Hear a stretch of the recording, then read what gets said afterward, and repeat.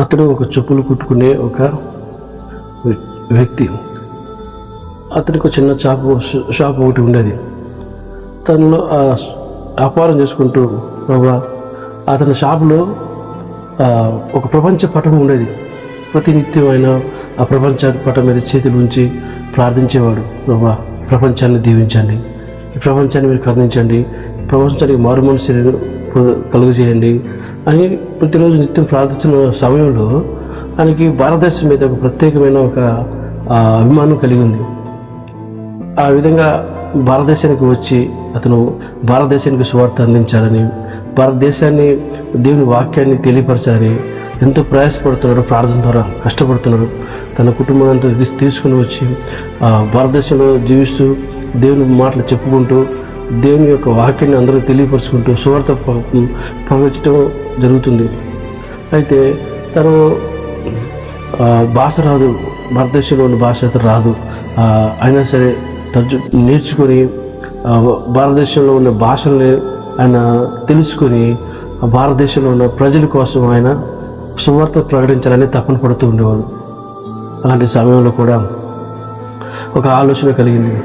నేను చెప్పడమే కాకుండా వీరికి కూడా దేవుని మాటలు, దేవుని వాక్యాలు తెలియాలి, దేవుని ఒక బైబిల్ వీరికి ఉంటే వాళ్ళు చదువుకుంటారు కదా అనే గొప్ప ఆలోచన దేవుడు ద్వారా ఆయనకి కలిగిన వెంబటే ఆయన ఏం చేశాడు, ఒక ఇంగ్లాండ్ నుంచి ముద్రించే ఒక యంత్రాన్ని తీసుకొచ్చాడు. అట్లాగా మెల్లమెల్లగా బైబిల్ని తర్జుమా చేస్తున్న సమయంలో చివరికి వచ్చిన సమయంలో ఒకరోజు అనుకోకుండా ఆ మిషన్, ఆ బైబిల్ మొత్తం కాలిపోతుంది. ఎంతో కష్టపడి ఎంతో దానికి శ్రమ పెట్టి బైబిల్ని తయారు చేస్తే బైబిల్ మిషన్గా కాలిపోయింది, బైబిల్ కాలిపోయింది. ఇట్లాగా 2-3 సార్లు ఇదే విధంగా జరుగుతూ ఉంది. మరి ఎందుకు ఆ దైవజనుడికి అయినా సరే విశ్వాసం కలిగిన వ్యక్తి ప్రకటించాలి, దేవుణ్ణి బైబిల్ అందరికి చేరవేయాలి, దేవుని యొక్క వాక్యాన్ని అందరూ తెలుసుకోవాలి అనే తపన ఆయనలో ఉండటం వలన ఆ ప్రయత్నం ఆపకుండా మరో విధంగా అట్లాగా ప్రయత్నాలు చేస్తూ చివరికి ఆయన బైబిల్ని ముద్రించడం జరుగుతుంది. దాదాపు 23 భాషల్లో ఆయన బైబిల్ని ముద్రించాడు. ఎన్నో సంవత్సరాలు కష్టపడ్డాడు, ప్రయాసపడ్డాడు. బైబిల్ కొరకు భారతదేశానికి అందించాలి. ఇక ఒక భాషలో కాకుండా కనీసం 23 భాషలు ఆయన నేర్చుకున్నాడు. 23 భాషల్లో బైబిల్ని ఆయన ముద్రించడం మనం చూస్తున్నాం. నేటికి ఇప్పటికీ మన చేతుల్లో బైబిల్ ఉన్నదంటే దానికి కారణం ఎవరో తెలుసా? ఆయన విలియం కేరీ. ఆయన దేవుని దాసుడు, దేవుడు సువార్త ప్రకటించడానికి భారతదేశానికి వచ్చిన వ్యక్తి. అయితే అలాంటి సమయంలో మీకు ఆశ్చర్య విషయం తెలుసా? తనకు కలిగిన పిల్లలు 1-2 ఆయన కోల్పోవటం జరుగుతుంది. భార్య అనారోగ్యం పాలైపోతుంది.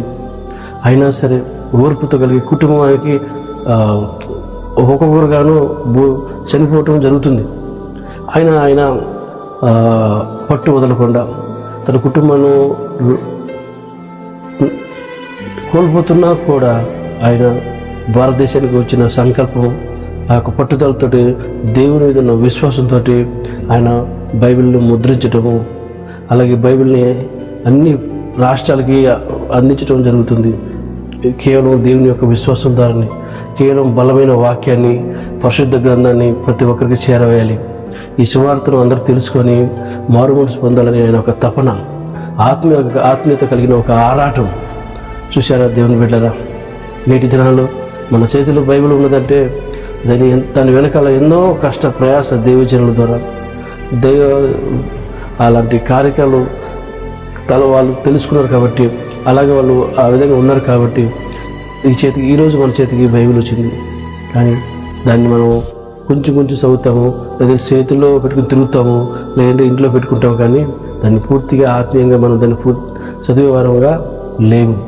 మరి గమనించండి, ఒక బైబిల్ మన చేతికి వచ్చినది అంటే ఆ బైబిల్ ద్వారా వెనక ఉన్న కష్టాన్ని మనం గుర్తించాలి. ఆ బైబిల్లో ఉన్న సత్యాన్ని, సువార్తను మనం తెలుసుకోవాలి. ఆ విధంగా మనం ముందుకు పోయేవారికి ఉండాలి. దేవుడు మనతోటి మాట్లాడతాడు, దేవుడు మనతోటి సహవాసం చేస్తాడు, మనల్ని ఆయన బిడ్డలుగా చేసుకుంటాడు. దేవుళ్ళు మనం నిత్యం ఉంటాము, జ్ఞానం తెలుసుకుంటాము. బైబిల్లో ప్రతిదీ ఉన్నది. ప్రతిదీ మనం బైబిల్లో మనం చూడవచ్చు. ఒక మనిషికి కావాల్సింది ప్రతిదీ మనం బైబిల్లో దేవుడు మనకి ఇచ్చాడు. కాబట్టి అలాంటి బైబిల్ని నిర్లక్ష్యం చేయకుండా బైబిల్ని చదువుకొని బైబిల్ ద్వారా కొన్ని అన్ని సత్యాలు నేర్చుకుందామని తెలుసుకుంటూ యేసయ్య నామములో మనందరం ఈ విధంగా ముందుకు సాగదామని కోరుకుంటూ దేవునికి మహిమ కలుగును గాక. మీ అందరికీ వందనాలు. ఆమేన్, ఆమేన్, ఆమేన్.